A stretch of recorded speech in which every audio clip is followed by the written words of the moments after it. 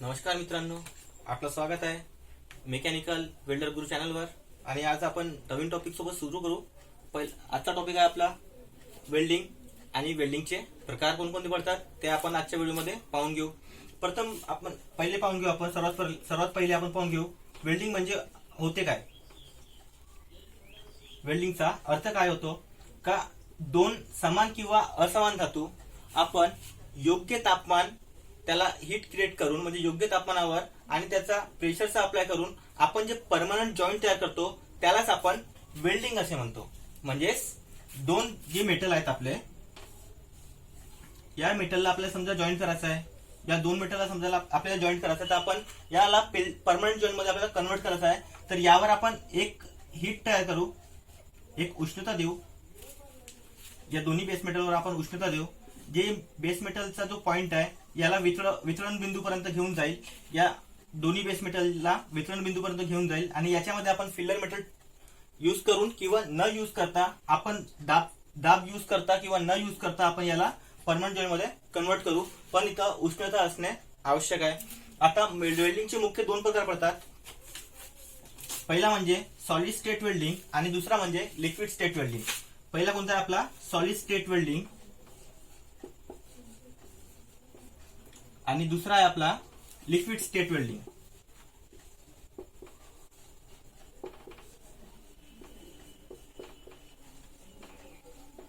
यालाच आपण non fusion welding सुद्धा म्हणतो.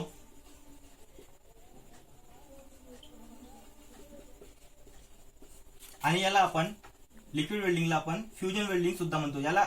याच्यासाठी आपण लिक्विड वेल्डिंग म्हणतो कारण की आपलं जेव्हा जे आपले बेस मेटल आहे त्याला आपण द्रव्य रूपापर्यंत त्याचा वितरण बिंदू केला जातो, म्हणून आपण याला फ्युजन वेल्डिंग किंवा लिक्विड वेल्डिंग असे म्हणतो. हे झाले मित्रांनो याचे दोन मुख्य प्रकार. आणि जनरली आपण या वेल्डिंगचा उपयोग आपल्या दररोज दैनंदिन जीवनात आपण फ्युजन वेल्डिंगचा आपण उपयोग करतो. जास्त करून आपण फ्युजन वेल्डिंगचा वापर करतो.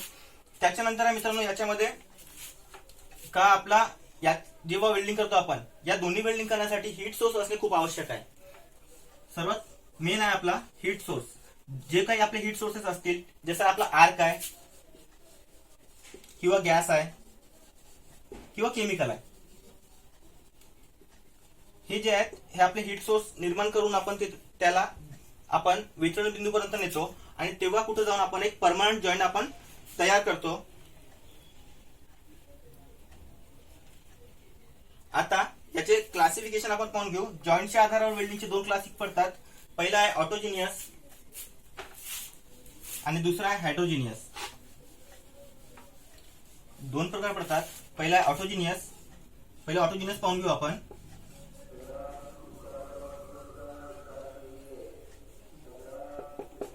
ऑटोजिनियस वेल्डिंग अशामध्ये याच्यामध्ये दोन मेटल जे आपले बेस मेटल आहेत हे समान धातूचे असतात आणि याच्यामध्ये त्याच धातूचा आपण फिलर रॉड यूज करतो, ज्याच्यामुळे आपण उष्णता देतो आणि वितळवतो. त्याच धातूचा आपण फिलर रॉड यूज करतो. अशा वेल्डिंगला आपण ऑटोजिनियस वेल्डिंग असे म्हणतो. आणि दुसरा प्रकार आहे आपला हायड्रोजिनियस.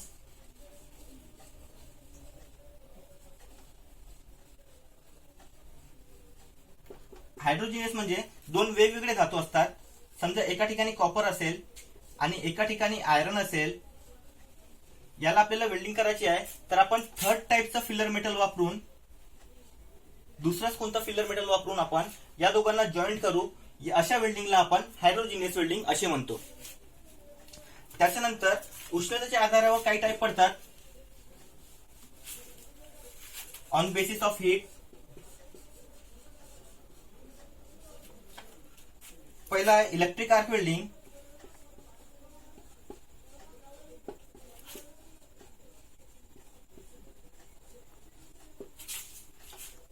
त्याच्यानंतर आहे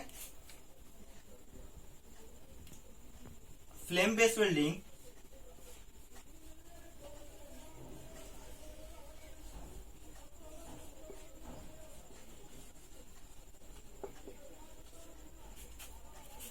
त्याच्यानंतर आहे केमिकल बेस वेल्डिंग.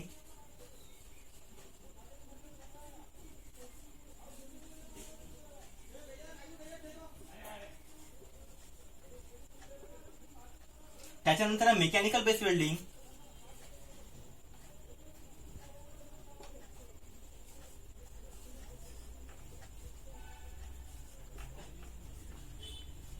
या प्रकारे आपण या साधनाकडून आपण उष्णता निर्माण करतो आणि त्याद्वारे आपण वेल्डिंग म्हणजे जे परमनंट जॉईंट करायचं आपल्याला त्या मेटलवर आपण जॉईंट तयार करतो, एक जोड आपण तयार करतो.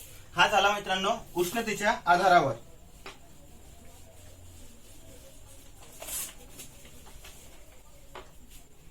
त्याच्यानंतर आपण इलेक्ट्रिसिटीच्या आधारावर पाहून घेऊ. इलेक्ट्रिसिटीच्या आधारावर कोणकोणते प्रकार पडतात. इलेक्ट्रिसिटीच्या आधारावर आपला इलेक्ट्रिक आर्क वेल्डिंग पडते. इलेक्ट्रिक आर्क वेल्डिंग, त्याच्यानंतर इलेक्ट्रॉन बीम वेल्डिंग,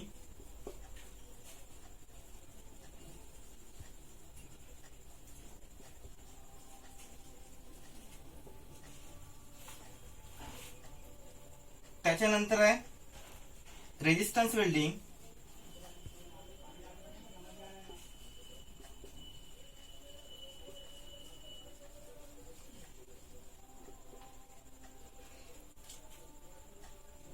त्याच्यानंतर आहे लेझर बीम वेल्डिंग,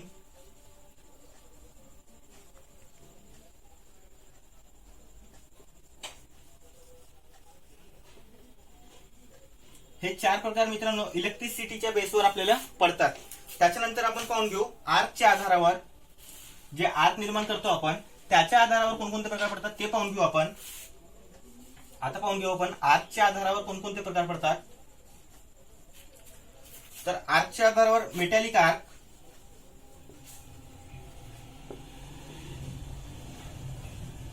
त्याच्यानंतर आहे कार्बन आर्क,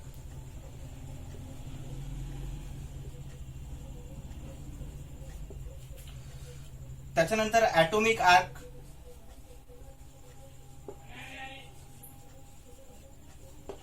त्याच्यानंतर इनर्ट गॅस आर्क वेल्डिंग,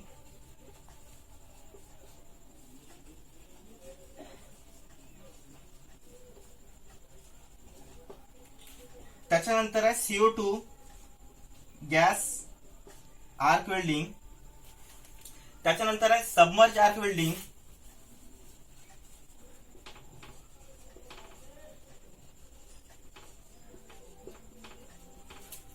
त्याच्यानंतर आहे plasma arc welding,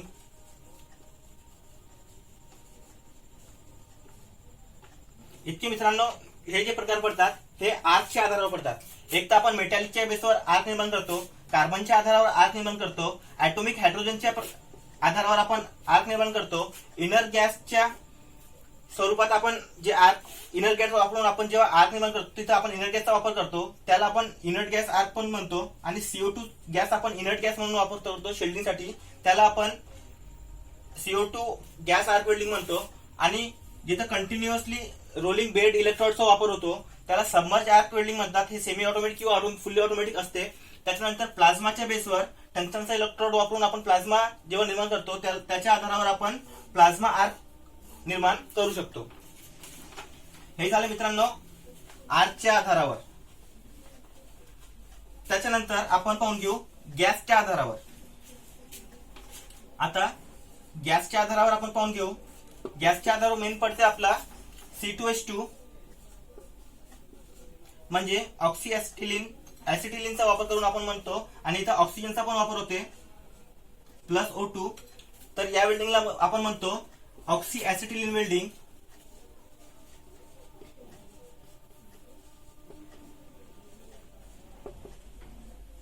oxy acetylene welding हा जनरली आपण ऑक्सी ऍसिटिलीनचाच वापर करतो. आणि तुम्ही जेव्हा मार्केटमध्ये वगैरे पाहिलं असेल का आपण कॅल्शियम कार्बाईडचा यूज करून तिथं आपली ऍसिटिलीन वायू हा निर्माण केला जातो. तुम्ही मार्केटमध्ये वगैरे पाहिलं असेल त्यांच्याकडे एक ऍसिटिलीन जनरेटर असतो आणि त्याद्वारे आपण तिथं ऍसिटिलीन जनरेट करतो. आणि जिथं आपली इंडस्ट्रीज आहे तिथं आपल्याला ऍसिटिलीनचा C2H2 चा सिलेंडरच मिळतो डायरेक्टली. आणि ती शुद्ध वायू असते. आणि जे आपण मार्केटमध्ये यूज करतो ती आपली थोडीशी अशुद्ध असते, त्याच्यामध्ये प्युरिफायर लावलेला असतो. ते आपण गॅस शुद्ध करून ऑक्सिजन सोबत आपण ते ऍसिटिलीन वायूचा वापर करून आपण ते वेल्डिंग केली जाते. त्याच्यासोबत ऑक्सिजन हा कॉमन असणार आहे गॅस वेल्डिंग मध्ये, कारण की जेवणास हा ऑक्सिजन एकमात्र असा वायू आहे जो जेवणास मदत करते. म्हणून गॅस वेल्डिंग करताना आपला ऑक्सिजन वायू हा कंटिन्युअसली कॉमन वायू असतो. त्याच्यानंतर आपण युज करतो ऑक्सी हायड्रोजन वेल्डिंग. ऑक्सिजन सोबत आपण हायड्रोजनचा युज करून राहिलो इथं, म्हणून त्याला ऑक्सी हायड्रोजन वेल्डिंग म्हणतात.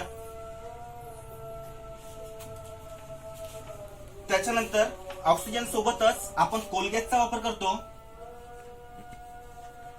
तर याला आपण काय म्हणू, ऑक्सी कोल गॅस वेल्डिंग. त्याच्यानंतर आपण एलपीजी यूज करतो, लिक्विड पेट्रोलियम गॅस, तर आपण याला म्हणतो oxy liquid petroleum gas welding. याच्यानंतर मित्रांनो जनरली आपण या सर्वांना एक नाव दिलेलं आहे, ऑक्सिजन सोबत यूज करतो म्हणून आपण oxy fuel welding. Generally exam मध्ये हा येऊ शकतो का ऑक्सी फ्यूल वेल्डिंग मध्ये कोणता गॅस कॉमनली यूज होतो, तर कॉमनली म्हटल्यावर आपला ऍसिटिलीन यूज होतो. आणि जर ऑक्सी फ्यूल म्हटला तर ऑक्सिजन हा कॉमन असते आणि हे बाकीचे गॅसेस आपण याच्यामध्ये सोबत यूज करू शकतो. ऍसिटिलीन आपण याच्यासाठी यूज करतो कारण की याचा जो फ्लेम टेम्परेचर आहे तो बाकी गॅसेस पेक्षा जास्त आहे, म्हणून आपण इथं ऑक्सिजन सोबत ऍसिटिलीनचा वापर करतो. त्याच्यानंतर आता दुसरे कोणते, हे तर झाले ऑक्सिजन सोबत, आर्क सोबत आणि इलेक्ट्रिकलची कॅटेगरी. याच्यानंतर आपण पाहून घेऊ की याच्या व्यतिरिक्त कोणकोणते वेल्डिंग्स आहेत जे आपल्या अदर कॅटेगरीमध्ये मोडतात, ते आपण आता पाहून घेऊ कोणकोणते आहेत. त्याच्यामध्ये पहिला पडतो आपला थर्मिट वेल्डिंग.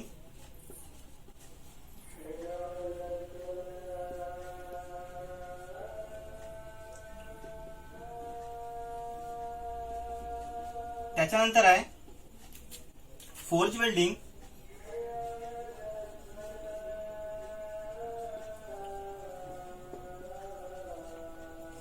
त्याच्यानंतर आहे फ्रिक्शन वेल्डिंग.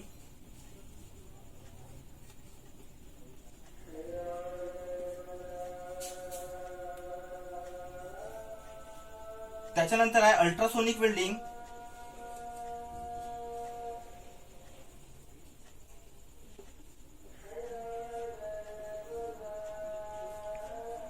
त्याच्यानंतर आहे एक्सप्लोजिव्ह वेल्डिंग.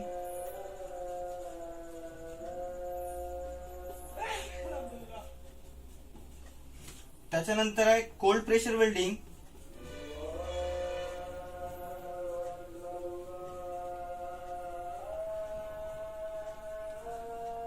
त्याच्यानंतर एक शेवटचा राहिला मित्रांनो प्लास्टिक वेल्डिंग.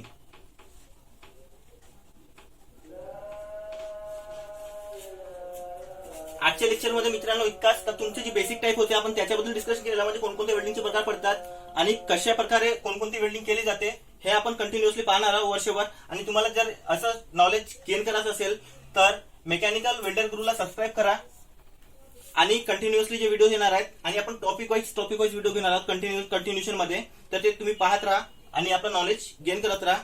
धन्यवाद.